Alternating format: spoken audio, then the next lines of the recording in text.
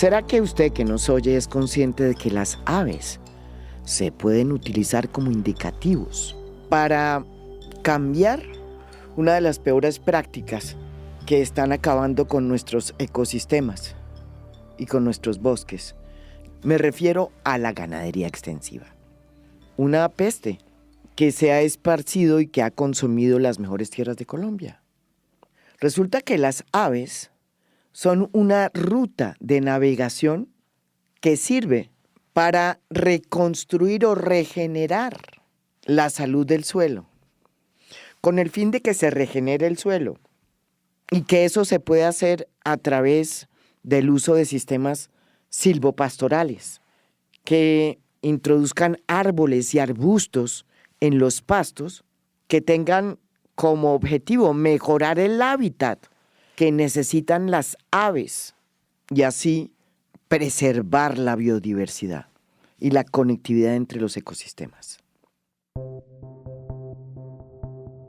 Pero no solamente hay que incentivar sistemas silvopastoriles para contrarrestar la ganadería extensiva. También es necesario que en los grandes monocultivos se incentiven prácticas que ayuden a proteger a las aves y a la biodiversidad. Y ese reto y ese desafío es hoy una de las asignaciones pendientes que tiene un monocultivo como el de la caña de azúcar, que desde hace 70 años se instaló en el Valle del Cauca y que acabó, como ya hemos dicho aquí, con la mayoría de los humedales que había en esa zona. En este capítulo vamos a hablar de la agricultura regenerativa, de su poder y de cómo hay que lograr que sistemas productivos como el de la caña de azúcar, que es un monocultivo, sea compatible con la preservación del agua, de la biodiversidad y del hábitat de las aves. Aquí comienza un nuevo episodio del fantástico poder de las aves, una serie que venimos sacando de la mano de la Fundación Audubon, una organización que trabaja desde hace más de 100 años por la preservación de las aves. Y este capítulo lleva por título Alas para una agricultura sostenible en el país. Hoy nos encontramos en una finca en las afueras de Buga, Valle del Cauca. Su propietaria es una ganadera que decidió meterse en esta finca junto con su marido antes de que éste falleciera y antes de que ella se jubilara. La idea de introducir el sistema silvopastoril fue de su esposo y cuando ella enviudó decidió informarse cada vez más sobre esas prácticas ganaderas sostenibles para convertir el sueño de su esposo en realidad. Los beneficios de utilizar métodos más sostenibles en su finca ya se empezaron a notar, porque ella ha visto un aumento impresionante en el número de aves que llegan, un hecho que ha coincidido con un aumento en las cifras de productividad de la finca. Ella se llama Sandra Carbonell y nos explica aquí a fondo cómo comenzó esa transformación. Empezó con el botón de oro en la orilla, la gente le decía el caminero, y era porque él sembraba botón de oro todo el tiempo, porque su idea era tener un sistema silvopastoril con rotación de potreros y todo, porque él lo tenía todo en su cabeza. Pero el tiempo de Dios es perfecto y se lo llevó el 2 de agosto del 2010. Habíamos empezado el proyecto de la casa en el 2009, en septiembre, y a los 11 meses ya él se había ido. Y yo quedé, como se dice, viendo un chispero. Y me dijo ese día, usted es capaz, mijo, usted es capaz, usted sigue. Y así fue. Mire, 14 años aquí estoy, con una finca ya prácticamente establecida el sistema silvopastoril en casi todo el proyecto de la finca, con árboles, con rotación de potreros, con un ganado que he podido manejar la finca. Ella nos explica que todo esto que le está sucediendo en esta finca le cambió el alma y que es una pasión que la ha impulsado a aprender mucho más sobre el cuidado que hay que tener de la cuenca hidrográfica y a compartir su historia con otros ganaderos de la comunidad. Sobre todo en una región en donde solo quedan menos del 10% de los humedales. Sandra primero participó en un proyecto de Fedegan, que fue lo que le permitió acometer el primer paso para transformar su finca en un proyecto sostenible. De ese proceso quedó seleccionada en Fedegan como una finca demostrativa. Sin embargo, Sandra no se quedó allí. Buscó apoyo de Audubon y de sus socios que le prestaron una nueva asistencia para iniciar una segunda fase que le permitió a Sandra construir las bases para hacer de su finca un lugar amigable con las aves. Una de las personas que acompañó este proceso fue Gloria Lentijo, directora de la agricultura regenerativa para Audubon Américas. Este proyecto de ganadería colombiana sostenible, pues que duró 10 años, fue como un proceso bastante largo. Permitió como que, digamos, en el país se sentaran las bases más bien como desde la parte técnica y de la parte de investigación para implementar ganadería sostenible en diferentes regiones del país. Entonces, como que ese fue un paso muy importante porque se adquirió como el conocimiento y la experiencia suficiente para entender cómo funciona diferentes sistemas y diferentes arreglos en diferentes regiones. Entonces, en ese proyecto pues hubo 100 fincas demostrativas en todo el país. Sandra fue una de esas fincas. Y hubo pues el apoyo como para iniciar esa transición o esos cambios que se requieren para empezar un sistema más sostenible. Pero digamos que sí sabemos que, y ahorita le podemos preguntar a Carlos, pero sí sabemos que hay muchas fincas que una vez el proyecto se acabó, pues no siguieron invirtiendo, no siguieron trabajándole pues a lo que se había implementado. Todos los sistemas silvopastoriles requieren más árboles, ¿no? Más árboles, más vegetación, algunos como el de Sandra, que es un sistema silvopastoril intensivo, que ahora lo vamos a ver, también tienen arbustos pequeños de los cuales el ganado se alimenta, ese es el famoso botón de oro.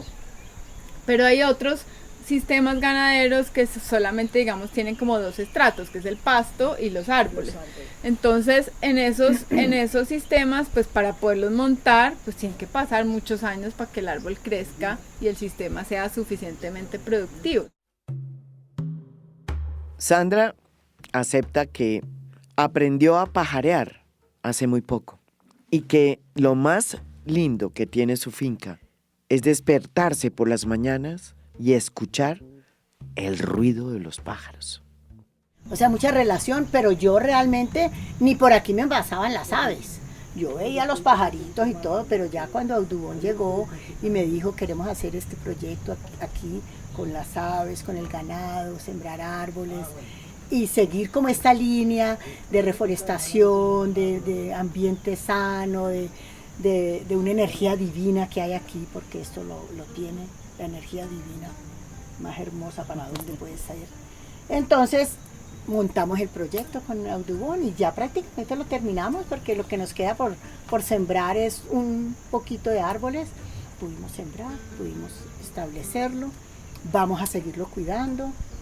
Entonces pues yo aspiro que podamos verlas crecer y que embellezcamos este paisaje más para que los pajaritos puedan cada vez venir más. No, yo tengo muchos pajaritos, lo que pasa es que yo no soy pajarólogo. la verdad. Pero aprendido. Pero he aprendido. Lo más lindo He para mí aprendido. es oírlos. Yo me siento y los oigo.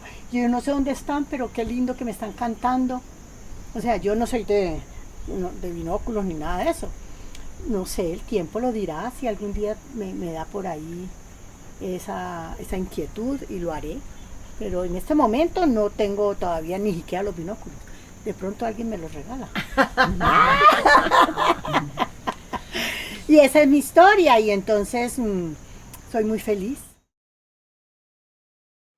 Otro de los grandes desafíos que tiene Colombia en materia de agricultura sostenible es la necesidad de hacer más compatible los monocultivos como el de la caña de azúcar con la preservación de los ecosistemas, que se han visto afectados en los últimos 70 años por cuenta de la desaparición de los humedales. La agroindustria de la caña representa el 0.6% del PIB total nacional y el 2.5% del PIB agrícola nacional. Y en solo el Valle del Cauca representa el 21.1% del PIB agrícola. Es decir, es una muy importante generadora del desarrollo, no solo del Valle del Cauca, sino del desarrollo agroindustrial de Colombia. De ahí la necesidad de que esta poderosa industria promueva políticas dirigidas a conservar las aves y a conservar la biodiversidad para promover un balance entre la producción y la conservación de la naturaleza. Así nos lo aclara el director de Cenicaña, Freddy Garcés, que dirige el Centro de Investigación de la Caña de Azúcar, en Cali. Nosotros hemos fortalecido ese esfuerzo y se ha consolidado. Y esa consolidación nos llevó a los corredores biológicos, porque encontramos que en los corredores biológicos existía una posibilidad de incrementar esos servicios ecosistémicos que le ofrecen esos corredores al cultivador de manera particular, generando incremento en las poblaciones de depredadores, parasitoides, polinizadores que hacen parte de esos servicios.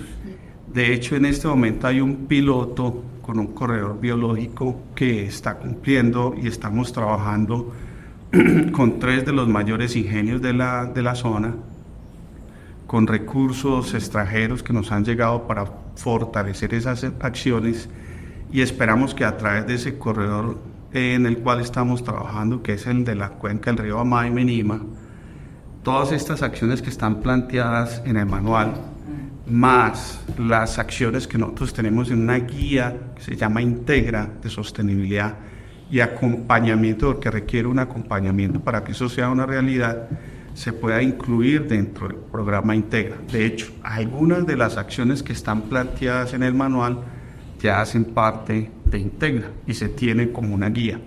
En este momento estamos ya en un poco más de 53.000 hectáreas con ese proyecto. Uno de los grandes experimentos que se ha hecho para regenerar la tierra en el Valle del Cauca es precisamente el que se está haciendo con el arroz. Y todo porque una empresa que se llama Arroz Blanquita presentó una propuesta para inundar sembrando arroz en ciertas épocas del año las tierras que se utilizan para la producción de caña. El experimento ha sido un éxito porque no solo ha mejorado los nutrientes de la tierra que se utiliza para el cultivo de caña, sino porque los arrozales han servido para crear nuevos hábitats para especies de aves migratorias que estaban a punto de extinguirse en el norte. Mi nombre es Camilo Velázquez, yo soy el director de campo y cosecha de Arroz Blanquita, llevo 8 años con la compañía, soy ingeniero agroindustrial de profesión y vengo del sector cañicultor. Pues el Valle del Cauca se caracterizó por tener unas zonas de humedales grandes e importantes, y por el crecimiento de la producción de caña de azúcar, pues muchos de estos se vieron afectados, pero en el caso del cultivo del arroz, aunque tenemos una producción continua de arroz, por la metodología que nosotros manejamos, que es producción de arroz bajo riego, todos nuestros arrozales se vuelven unos humedales temporales. No es que para producir arroz se tenga que tener todo el tiempo inundado el lote, y no es que la planta de arroz sea una planta acuática. Nosotros realmente utilizamos más el agua, es buscando cómo bajar menos el impacto de productos de agroquímicos para el control de malezas o de arbences que no tienen alta competencia con el cultivo de arroz por espacio, por oxígeno, por nutrientes. Entonces el agua se vuelve el mejor control de malezas para esto, y eso hace que se dé la condición para que muchas de estas aves, ya sea migratorias o ya sea nativas, tengan o endémicas, tengan una condición ideal para como hábitat, para reproducirse y para seguir su condición. Debido al crecimiento que se dio del cultivo de la caña de azúcar, nuestra zona arrocera era mucho más grande. Se fue reduciendo por varios factores, debido a la expansión que tuvieron los ingenios azucareros y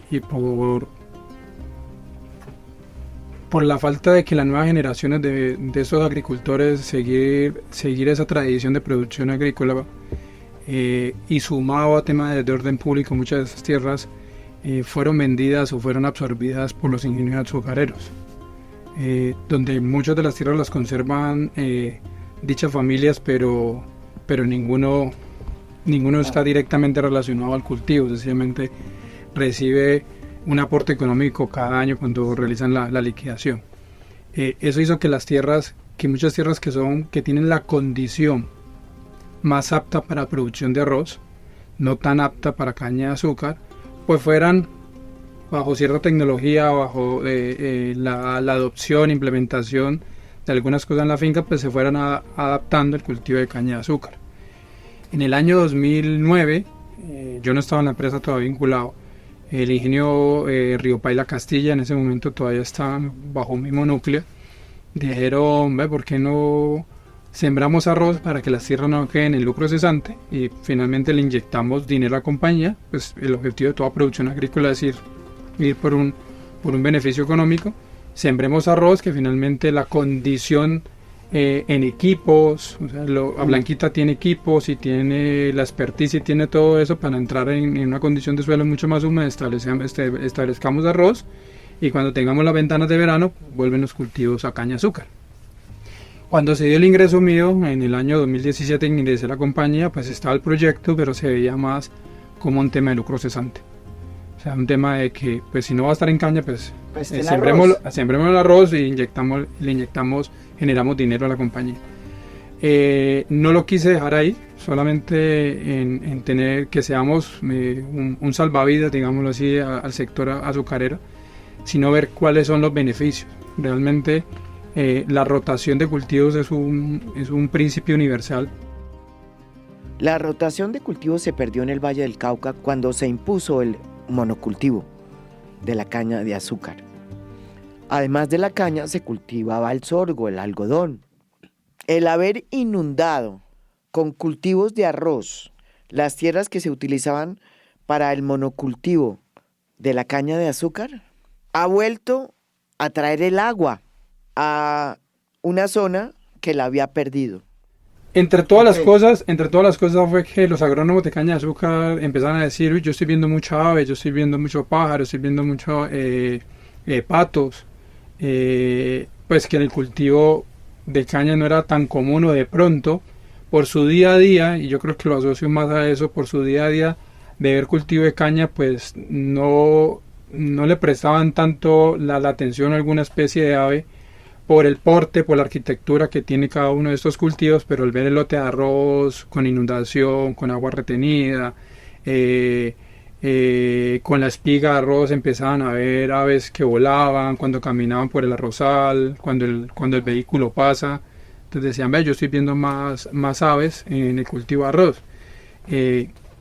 Y eso hoy en día yo creo que está por discutir, porque en las investigaciones que se han hecho en conjunto con Audubon hemos encontrado muchas de las especies de aves migratorias endémicas que se acomodan muy bien al cultivo de arroz, pero también están presentes en los cultivos de caña de azúcar, y más por la conservación o el cuidado que tienen los ingenios de muchas de las líneas verdes, guaduales, linderos, cuencas que las conservan. Entonces se vuelve un ambiente donde asocia diferentes partes, y las aves tienen su espacio.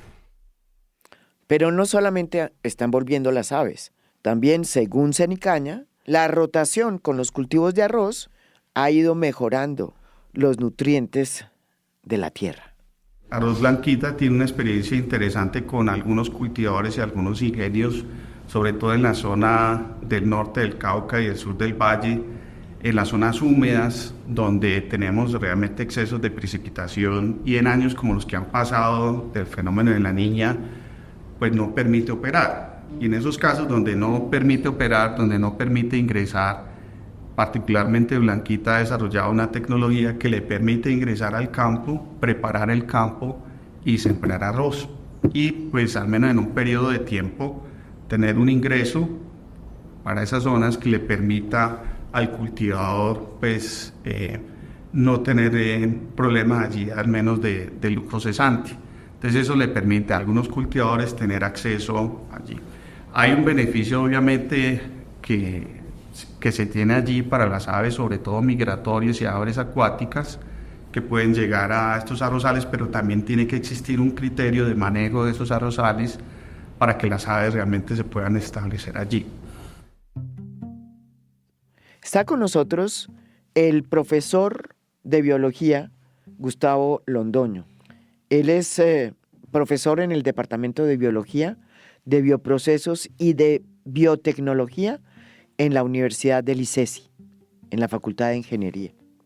Y se dedica desde hace mucho tiempo a trabajar con aves desde el punto de vista de su comportamiento, su ecología y su fisiología.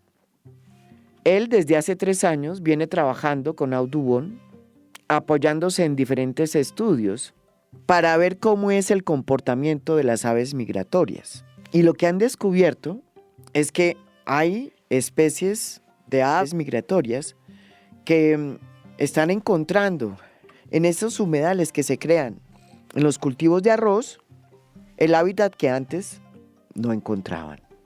Entonces, así como el cultivo de arroz puede estar mejorando los suelos y la calidad del suelo, queremos ver es cómo el cultivo de arroz también mejora la calidad del hábitat de estas especies. Lo que se quiere ahorita con estos 2 estudiantes de maestría es hacer investigación en qué come y cuál es la calidad del alimento que hay, y también es cómo usan, no solo como la migración que estamos estudiando ahorita desde Estados Unidos acá, sino localmente. Esos 8 meses que están en Colombia, ¿qué están haciendo? Entonces, si yo prendo un cultivo de arroz y le hago agua y lo apago, porque lo tengo que secar para cultivar, y prendo otro, entonces, ¿cómo estas aves aprenden, cierto? Las aves son muy inteligentes y aprenden el paisaje, qué se apaga y qué se prende, cierto. Por ejemplo, las aves frugívoras o los colibríes, ellos saben qué matas están produciendo flores, y las aves siempre están mirando dónde está el alimento.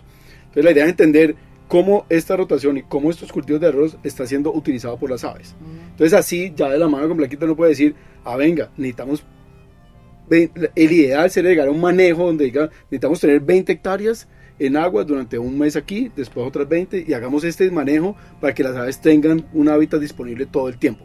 Por ejemplo, ese es el ideal, donde uno puede dar un beneficio tanto económico para la agricultura como un manejo adecuado para el hábitat de estas especies, y que uno pueda tener una población grande, no 5 o 4 individuos, sino 100, 200. Entonces la idea, de nuevo, el big picture de Audubon es mirar cómo se mejora lo que hay para que esa curva de disminución de las aves vuelva a subir y vuelva a aumentar las especies con lo que tenemos, ¿cierto? Mira cómo mejoramos lo que tenemos. Y de la mano del incremento también de la producción agroindustrial. Sí se puede, hablando y dialogando y haciendo mejores prácticas de manejo e investigación. Colombia todavía está a tiempo de evitar lo peor y de que nuestros ecosistemas y nuestra biodiversidad terminen sacrificados porque no pudimos encontrar un balance entre la producción y la conservación. En 1977 se extinguió el zambulledor andino, un pájaro que habitaba el altiplano cundiboyacense, especialmente en el lago de Tota. Básicamente se extinguió por la introducción de la trucha, que se comía los huevos del zambulledor. Esa es la única especie registrada que sabemos que se extinguió del todo en Colombia. Hay otras que se han extinguido de manera local, o sea que estaban en un lugar y que puede que estén en otros, pero que en donde estaban ya no se encuentran. Sin embargo, la prueba de que todavía estamos a tiempo para enderezar las cargas es que hay especies de aves migratorias que estaban a punto de desaparecer en el norte que han logrado sobrevivir por cuenta de los arrozales que se están instalando en el Valle del Cauca. Ese es el caso del paté amarillo, del yellowleg.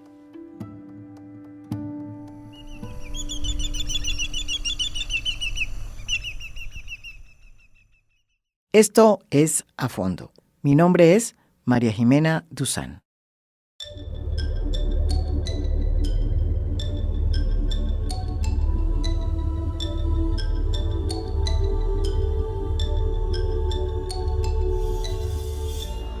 A Fondo es un podcast producido por Mafialand.